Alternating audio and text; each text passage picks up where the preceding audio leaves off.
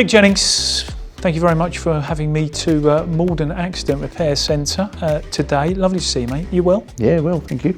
Good, good. And obviously a very exciting kind of new venture for you here. Yeah. Recently opened an accident repair centre. Yes. So tell us a little bit about that really, I suppose, to start with.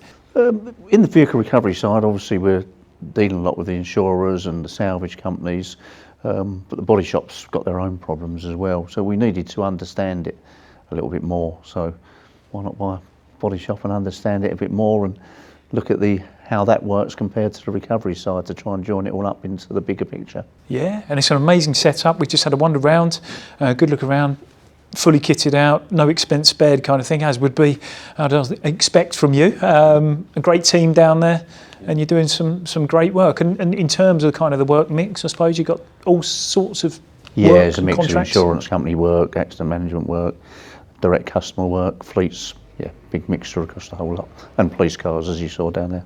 And recognisable, of course, from the half rear end of the yellow Mini stuck through the wall over reception. That's right, yeah. Which I think is a lovely touch, Yeah. being a classic Mini fan as well. Yeah, so good. it delights me to see that. So again, sort of, we'll come on to Molden. I'm sure we'll talk about more Yeah. shortly. But Nationwide Vehicle Recovery Assistance is kind of, what you're known for, dare I say, within Yes, the industry, probably more so. So tell us a little bit about that. And I know it's kind of an evolving beast, a juggernaut of a business as well now that's probably the best kept secret in the industry, but can you briefly sort of summarise what's happening with the business? It's growing from strength to strength. We're probably 50 million turnover now. Wow. Good profits as well inside the business, throughout the group, where we mix and match them across. And we're only scratching the surface at the moment. So our projections are, doubling that in the next 3 to 5 years. So yeah, it is a beast, and it is building traction every day, which is nice. Yeah, and by the way, we use beast in a very nice term here. Yeah, Obviously, it's big business is what we're referring to. So tell us about the group then. And I've sort of been privileged enough to see a sort of presentation that you can offer people, but how it breaks down into those certain sections, I suppose. Yeah, so Nationwide Vehicle Assistance is the solution for body shops, accident aftercare companies, insurance companies, manufacturers, to name a few really. And then we have the old traditional recovery companies. So we own recovery companies, LJ Transportation, Eastern General Recovery, and DJ Spools, who we've just acquired in the last couple of months. So between them, we're looking at roughly 300 vehicles in the southeast of England to serve our own needs, such as Nationwide and police and highways contracts, pieces like that. Then you have the body shop. We also have a medical assistance company up in Leeds. We've got an office in Leeds, big call centre in Peterborough as well as in Essex. We have an office in Alicante, another office in Netherlands for the European solution, and all this joins up. So some people, it sounds a bit here and there, but it's not. It all joins into each other. So Nationwide European looks after its own customers, but it also looks after our clients in the UK who have repatriation needs or problems in the Europe. And it's so interesting, again, outside looking in. Yeah. I do see all these different sections of the business, and it is kind of overwhelming sometimes to look at it and think, goodness me, how does that all link up? But it all links up, yeah. It links up. You've got some really clever technology sat behind it all, which is enabling some fantastic things within the industry. So it's wonderful to see, and it's great to watch from the outside. LJ themselves, which is where it all began for you in recovery, is that right? Well, LJ and Nationwide, so they both born in 2009, 2010. So literally within months of each other. So yeah, one was the recovery side, helping out the Nationwide side, and that has just grown from sitting in the bedroom with the wife, actually doing the computer, to where we are now, multi-call centres across Europe. So yeah, it's been a good journey over the last 14, 15 years. Yeah, 15 years for 15 LJ, years. I think, isn't that right? Yeah. So amazing. So again, tell us a little bit about that journey from a personal perspective, not just the recovery now, but you've obviously been walking around the shop floor, you've referenced your time prior to that in the industry. So talk us through, Mick Jennings' career within the sector that we know and love, I suppose. Left school at the age of 16, not many qualifications. A few CSCs as they were in them days. Yeah, got offered a job at Marelli Group. Right. Yep. Yeah, so 12 years from mixer boy, shop assistant, van driver, sales rep, area manager, helping out on the technical demonstrations as well. So learnt the industry that side. After 12 years, I ended up becoming a body shop manager for a company. So I learnt a bit more about the body shop trade, which was good. And obviously, it was in there that I noticed there was a problem with recoveries, collection deliveries. At the same time, funny enough, was pinstripes. So it was either putting pinstripes on the car or vehicle recovery. And couldn't be two opposite ends of the scale if you tried. Well, the pinstripes, you was getting £10-30 a panel for them, and it cost you about 10-20 grand to buy the equipment and set up. And recovery, you could buy a truck for £2 at the time, and you was getting £9,500 at the time as a return. So it was quite a easy decision what way to go into. Yeah. Fantastic, and it's obviously been, an exciting journey for you, and you've got, huge team of people now as well on board, family members involved here at Molden and across the business as well. So Lots of family members involved, and they're obviously in high positions within the business, and I rely on them heavily, really, and we all work together, as a board, and we've got some. We need experts as well, because as you said, the various different departments. So we've got ex-claims managers who work for us from large insurance companies. We've got credit hire guys who worked for us for the last 5 to 7 years. We've got salvage experts. We've got body shop experts. We've got police and highways experts. So we've got a mixture of all of them. So when you do get a problem, you can put it in the middle of the table when you have these people all solving it together. So it is a team, and I've always been, you're only as good as your team, and you're only as good as your people who work with you. So yeah. And that's and you mentioned that kind of problem solving team that you built around you, because you've got a sort of an exciting new project coming to market at the moment. Yes, we recognised in our police department that we were scrapping a lot of new cars every month. And it's a big number. So if you look at 49 police forces across the UK, they've all probably got 5 recovery agents on their books for each county. Our problem's probably 10 to 20 cars a month that we're scrapping, and these are good new cars. So not only is it an environment issue for the insurance companies, it's also a loss to the insurance companies, the salvage companies, and us as a recovery operator, because it makes a difference on what the return on that vehicle is for the job that we've done. So we end up scrapping a vehicle, and it's straight down to the scrapyard, as we was talking earlier, and there's a minimal charge for that. But the vehicles are worth, these aren't just old cars. These are high-end, top-of-the-range cars. So we put the problem on the table. Yep. We had a look at it. Funny enough, the direction we was going in the first place became where the idea was born out of, really. So the direction was to find what the problem was, and the problem was identified by 2 guys that I put on it, experts in their field again. They looked at it and they come back to me and said the MIB is out of date by a long way.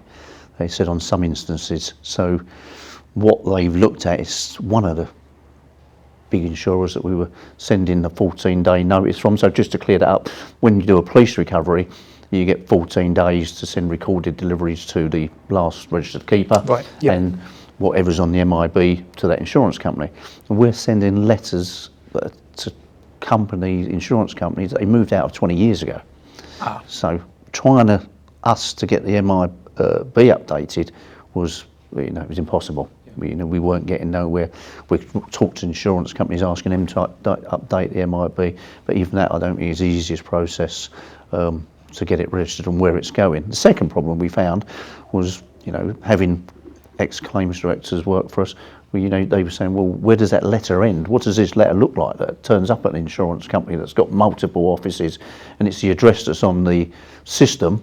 So that letter's turning up, it could drop into a claims handler who's got it. They pick up this letter. It doesn't really tell them much, except there's been a police recovery and there's a registration on the letter, and it's telling them they've got 14 days or it's going to be scrapped. So what are they going to do with this letter? They can't get it to a claim. They're probably not finding it, and in 14 days we're scrapping the vehicle, which is it's a tragedy, really. That shouldn't be happening for various reasons. So how do we solve that? So a couple of companies we're dealing with, anything that goes into a police pound, if it's going to be in there 2 weeks, 2 months or 2 years because it's been involved in something serious, our guys will straight away jump on it. They will start talking to the recovery operators, because we know them all, so we can get the images of what's going on with that vehicle, which the insurance company or the accident aftercare wouldn't be able to get the images in most cases, but we can talk to them because we're giving them a lot of work, and we know them through it. They know we're a police operator, a highways operator, so they know they're dealing with the right people. We get them images and we turn that into an estimate for our team of estimators that are in there, which is dedicated to this scheme. So they will then generate an estimate whether it's a total loss or if it looks like a repairer, and then send that to the insurance company through networking, so it's straight into their system. They can then say that one's going to be a repairer. Once you get the release on it, take it to ABC body shop. No, we can't see this one going, it's too badly damaged, that's going straight to salvage. We're going to instruct salvage once it's released, or if you can get it out the police pound, pay the release fees, get it to a secure compound, and then we get salvage to collect it from there. So win-win for everyone. When we looked at it, you've got win-win for us, because obviously we're getting the correct charges on the job that we've done. Salvage company gets the salvage out of it, and the insurance company ends up getting their asset, a return on their asset. Client's already been paid probably a long time ago, so they're happy anyway.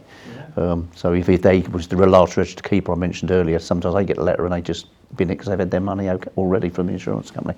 Which is great. Yeah, and from a police perspective as well, they're moving the vehicles quicker or into the right hands. There's somewhere for it to go, rather than it being it's an environmental issue. They're being scrapped, and we're doing it on such a small scale at the moment. The problem's massive. It's a massive problem for the industry. Wow. So if we can get more insurance companies to tap into it, whether they use this for other business, we can solve their cars that are being scrapped, which is probably something they haven't been able to solve for ever, really. Yeah. Good on you. Very interesting. Bringing this team of experts together. I like it. It's great stuff. I love projects like that, Mick. Really exciting. And again, kind of backtrack. Bet you do. Backtracking a little bit in terms of the scale of the business. That's one real kind of niche sort of side of the world that you deal in. But to give an idea of scale of Nationwide and what you do, what's the kind of overall scale of the fleet? How many vehicles are you moving on a daily basis, or what numbers do you look at in that sense? On a normal day, which we call a normal day, the weather's been kind to us, probably at 600 vehicles a day across the UK.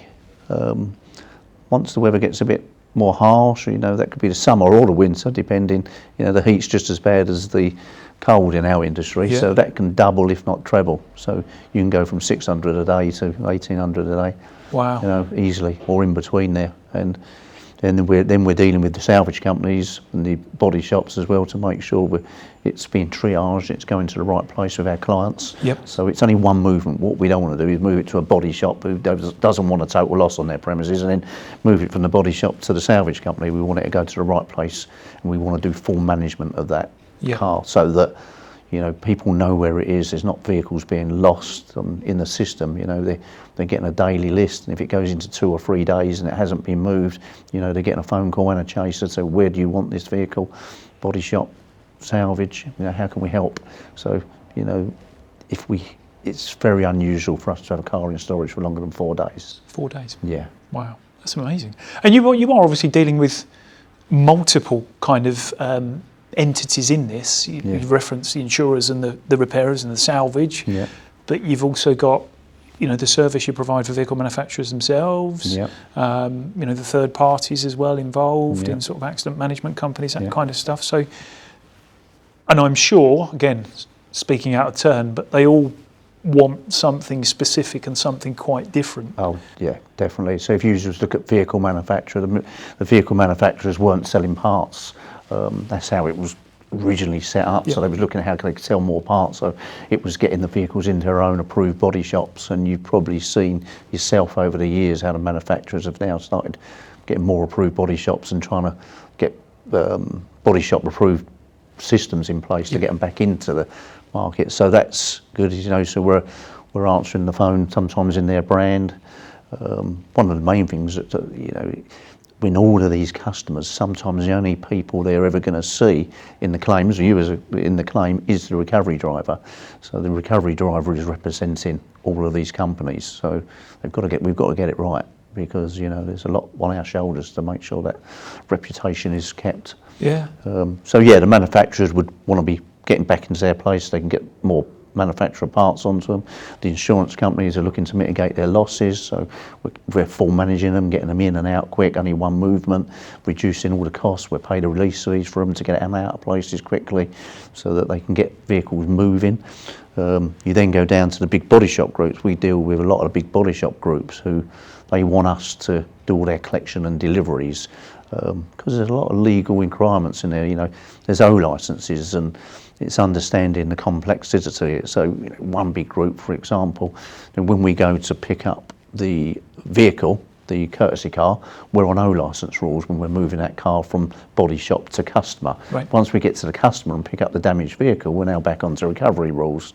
And then once it's repaired, we're picking up a car that's been repaired, not broken down, we're back onto O licence rules, pick up the courtesy car, back onto O licence rules. So you've got to understand that business. You get it wrong as a big group body shop, the traffic commissioner and the legal entities, they're not going after the transport managers or the body shop managers, they're going after the boss of that big group. And that's why some of these big groups have passed that trust to manage for them and look after them as a subcontracted entity. And then you've got your salvage companies. You know, the salvage are probably picking up about 100 vehicles a day across our network. So we don't want them lining up outside all these yards, waiting for authority. It's frustrating for the salvage company. You've got a truck sat there for 2 hours trying to get authority to get the vehicles out. So we spoke to the larger salvage companies in the industry, and we let all of them, you know, the vehicles released immediately. Right. Once their truck turns up, their brand, we've got a system in place where they would then border owe us payment 3 days later. But, you know, there'd be 300 cars on there, so they can pay us all in one lump. But it just speeds up the whole system, having, you know, technology to do all this. You know, we're always advancing on what we do with, you know, APIs and other bits and pieces, so we're working together. It's such an interesting story that you tell, and listening to you. And when you look at the industry and you think about it, you know, you see the big trucks, and, you know, on a superficial level, that's purely and simply what people see at the roadside or whatever it might be. But there's so many intricate layers to the business that knit it all together to make it such a success. And whether that be the technology, or the skill sets, the understanding of legal requirements, all of these things, and down to the customer service. You know, it's so interesting that a business like that, you know, starts at that real sort of, you know, top end, what most people see, and then it sort of cascades down through to so many different levels. Oh, it might be one of the clients in the body shop sends an instruction through that about collection and delivery process that's changing. We can look at that and put both hats on, really. We can look at it and say, yeah, okay, but phone them and say, if you was to do this through nationwide, that would be a lot easier from this side. But if you do it for that side, it's going to cause you a few problems. So we can generate back into them. It's their decision, obviously, at the end of the day, but we can give them the feedback they want or help them, you know, if needed. It's great stuff. Wonderful to see. So we'll go back to Molden a little bit now, shall we? Which is obviously where we're sat today. It's been great to see, as I said, walking in here, opened sort of, you know, in the last few months. December the 4th. Okay. Great team out there doing some really good work. What's sort of the story behind Mick Jennings getting involved in, you know, buying an accident repair centre, I suppose? It's probably what I said 30 years ago. I left Morelli's after 12 years, become a body shop manager, so I got into the estimating, got into running a whole body shop. So it's in the blood from a younger age, like the classic cars you've seen downstairs, or the busy motorbike that you saw down there. You know, it's what you had as younger, and it stays with you, doesn't it, throughout your life. And I've always liked the body shop game, you know. Don't know why. Well, don't we all? That's why we're still here, ultimately. So. Yeah, but you know, the paint side, I like the painting side of that, was very in my early years very intrigued with the painting side and getting involved with doing technical demonstration or painting the vehicles. I used to love that side. Don't know if there was ever a career change, you know. It's probably where I'd like to end up again doing that, because that was peace of mind. Dare I ask then, do you roll your sleeves up occasionally, get stuck in? Unfortunately not, no. No, right, no, okay. They probably wouldn't let you anyway, would they? It's on the list to do. Is it? Right, but, okay. Yeah, but actually getting around to doing it. Good. One day I will wake up and say, right, I'm going down the body shop, put the overalls up, and that's when it all falls apart, runs I can get. Yeah.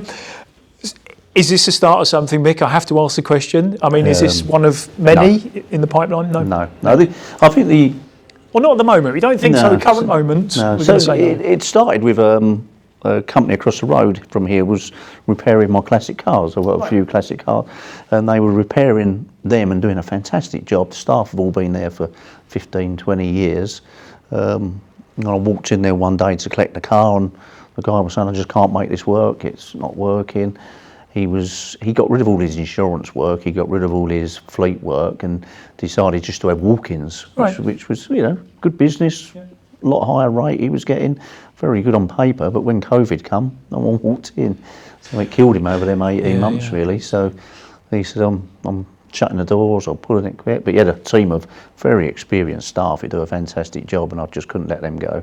So I said, you know, let's have a deal, let's do something, and I brought it in. So that was 6,000 square foot across the road. Yep. But you know, having contacts in this industry, people ring you and say, can you do some repairs for us? And quickly we was insurance work again, accident aftercare work, and knew within 6 months we'd outgrown it. So yeah, we've moved to this 18,000 square foot and bought brand new equipment. So it's giving the staff the right tools to do the job has always been my motto, and the right training as well. So we've got some experts who come into us, and my daughter's the operation director here. She's getting mentoring from a well-known person in the trade. We've got someone coming into the workshop, checking the workflow. So all these bits is all intrigued to get the cash flow, because body shops do eat up the cash, without a doubt, on the parts side. No, great stuff, and it's, so the answer is no, I'm not getting no more. Definitely not. We'll come back to that. This gives us the understanding more of the trade to do, which is the bigger plan in the bigger business, to understand it. Yeah. So we've got to feel the pain to help solve the pain, really. That's great. Yeah. Good stuff. So you mentioned there feeling the pain, if you like, and experiencing first hands from a repair perspective. Bouncing back then across to sort of the recovery side of the world. Yeah. And we've spoken about some great things that you are involved in, and the business as a whole, and I think anyone probably listening or watching at the moment will go, you know, crikey, didn't know that. Yeah. What's the sort of things that you come up against, the misconceptions of the industry that you're faced with on a daily basis? Yeah, it's still got this vision when you talk to someone of, you know, with the hook and crane and the guy turning up, you know, snatching their car and taking it away.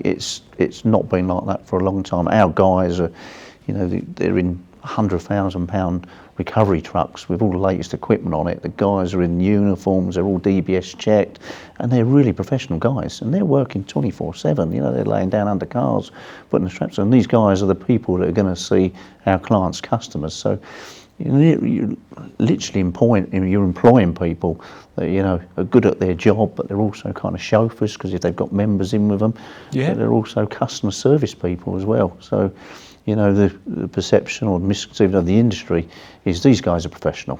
You know, you will get the ones that aren't PAS 43 approved, or they haven't got the accreditations of the big recovery companies across the UK. And our network, which our extended network, they're all PAS 43. You know, we have audit managers out there doing audits on them regularly, making sure the paperwork's up to date, making sure the right certifications in there. So it's just assurance to everyone, you know, the people who attending that vehicle are professionals. And you were showing me some very clever sort of tech that you've got, vehicles that can go into sort of all sorts of funny spaces, or for certain vehicles, tow tracks on tracks. So yeah, with electric vehicles, underground car parks, they go into a total lockdown. You know, you can pick these up now and track them out. If it's a police recovery, you can go across a field on tracks, pick them up, total lift them out again on what's called a tow track. You know, they're £75,000 each piece of equipment. Yep. Yeah. They're big stuff, but it's solving problems. Even the electric vehicle game, you know, things are getting heavier. Yep. Cars are getting heavier, so these 3.5 ton beaver tail trucks, as they're called, that you see, were fine, and you know, it got you under the O licence rules and all the other rules, because you had a 3.5 ton get up and down the country non-stop.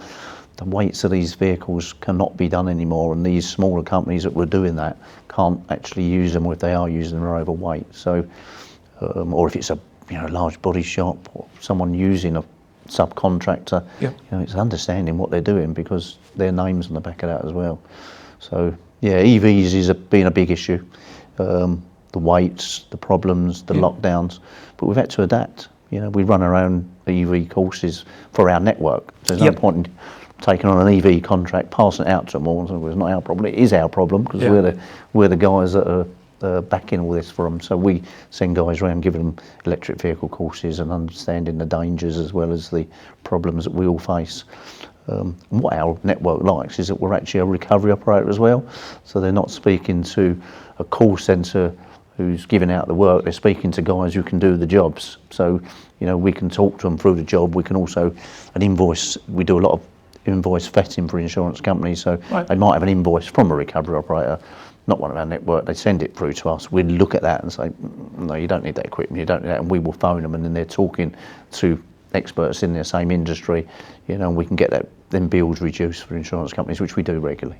That's interesting as well. So I mean, you know, again, there you speak about another sort of service that you provide, and something you probably take for granted. Yeah, we don't charge for it. It's something we do. Part of the service. Yeah. And the bit you touch upon there as well with, you know, the changing vehicle park. You know, it's you know, we're all very acutely aware of what's happening with electric vehicles and the fact that we are going through this kind of transitional phase at the moment. And I don't think there's a corner of the industry that's, you know, kind of immune to it, so to speak. It is a big transitional phase, and you guys are obviously, you know, dealing with it as best you can at the current moment. I think it's with everything, you've got to be ahead of the game, and we've been doing electric vehicles since they came in the country, probably 8 years ago. Yeah. And then we do them in Europe as well now. Same with Brexit. You know, Brexit came along. We had to solve that problem because of the VAT issue between foreign insurance companies and us over here. So we opened up. That's where we opened up the Netherlands office. We've got a BV company, and we've also got a Spanish company that's opening up to get round the European and invoicing in euros. So we need to solve the problems. So that's what we do. Or we like to try. Problem solver. Yeah, not all the time. You can but try. On the technology front then, so EVs is one thing actually on vehicles, but you've spoken and you've referenced a lot about the technology you deploy behind the scenes. Yeah. Again, tell us a little bit about how that connects and joins all these dots together, and API plugins. I'm sure you've got information coming in and going out, you know, all the right information, I hasten to add, but you know, it must be a fascinating kind of, you know, as I say, linking everything up to talk to one another. Every job's different. So, you know, if it's through us or it's through one of our network agents, we're passing them from motorbike to a RTC on a car, one down a ditch, to rolled over fuel tankers, to HGVs in big crashes. So we pass a lot of mixture of work. So we're a big provider to the industry, in the recovery industry. So every job is a challenge, every job is different, and we need to be ahead of that. So we've got a company called Nationwide Chemical Assistance, as you know, which looks after fuel tankers in the UK. So we need to make sure our network are all got the correct licences in place, you know, because you're towing a bomb really down the road, so you've got to do it right. And our guys are all, like I say, professionals, so they're very good. But we're network guys are in there checking the licences are in date, checking everything that's going. So keeping an eye on everything that goes along to make sure we are ahead of the game. And it really has got to be that right person, right place, well, right person, right equipment, right place at the right time, isn't it, for you? Because the knock-on implications, I don't know, incident on a motorway or whatever, you know, that take thousands of people out of kind of, you know, out of their daily routine or whatever it might be. So, you know, you guys have got to be there spot on, right at the very moment, and do the job in the right way.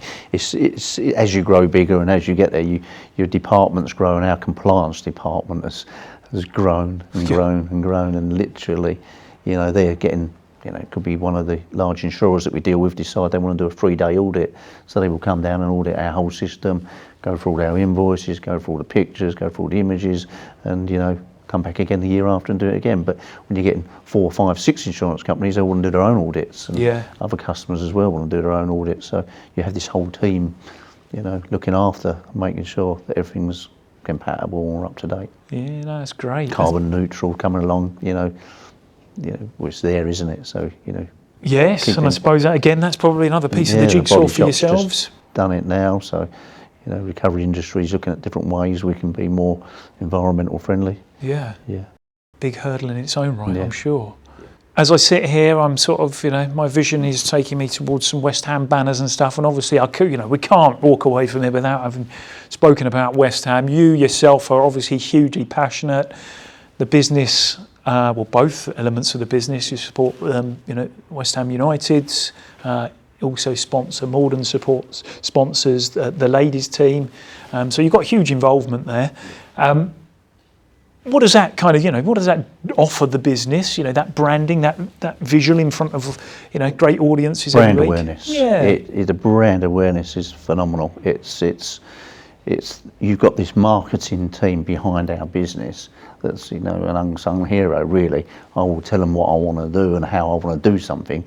Suddenly it goes into their magic machine, which is we said the word used beast earlier. It is a beast in there, and it's literally, it comes out with, how about this? And you're like, wow, like even last week we've done a funny video with Nationwide Vehicle Recovery Challenge. So we got 3 of the main players loading up a vehicle on a recovery truck in a competition answering questions. The brand awareness, and that we have regular meetings with them. The numbers they hit you back with, what the people are looking at, what they're looking at, and how many people know who Nationwide is now, or Nationwide Vehicle Assistance is compared to, when we first started 7 years ago with them, is amazing. That's interesting. Well, that's good. I mean, hey, we've just plugged West Ham United, so they'll obviously be giving us royalties for this interview. Yeah, definitely. And obviously the same with ARC 360 and your partnership with us and the I Love Claims. Yeah. I mean, might not be the same numbers, but hopefully we're hitting the right target audience for you. Yeah. So that's great. And West Ham, come on, let's talk about it. What's your thoughts at the moment? Top 6, which is, I think there's 7 in the league now, aren't they? So we'll cut it there, shall we? Yeah, I think we will. So top 6 will be good. Good. Yeah. Okay, well, fair enough. So Mick Jennings and his empire. I'm going to use the word empire. Why not? What's next? What's next on the agenda for you? Slow down. That's never going to happen. You know that. No, he's just catching up on me, I think. So the kids are getting older. They're running it a lot themselves now. Yeah. Which I recognise a lot more in the last year. That if I'm not here, they get on with it, and it's pretty good. If I am here on the side, then I get asked the question, what do you think of this? What do you think of that? But when they're left to run it, it's probably runs better. They'd probably say the same thing. We get involved. No, but credit to that transition, and you see it an awful lot. You build a business, you grow up with a business, it's your baby, and then it's almost kind of when you are handing it over. It's great to play that advisory role, but it's tough as well, isn't it? I'm sure. My wife, she's the backbone of the business, but no one sees her. If I've got a problem, I want to ask somebody, what do you think of this? And she sits me down, let's go, let's do that, calm down, do this, great. So she's good foundation behind me. Yeah, brilliant. Great to hear, mate. Well, thank you so much for joining us today. Really appreciate this. That's obviously the end of the more formal interview element. Now we're on to the fun parts. All right. So, are you ready for this? Yeah, go me. Right. What one thing might not many people know about Mick Jennings? I'm an Arsenal fan. oh wow! Deary me, cut.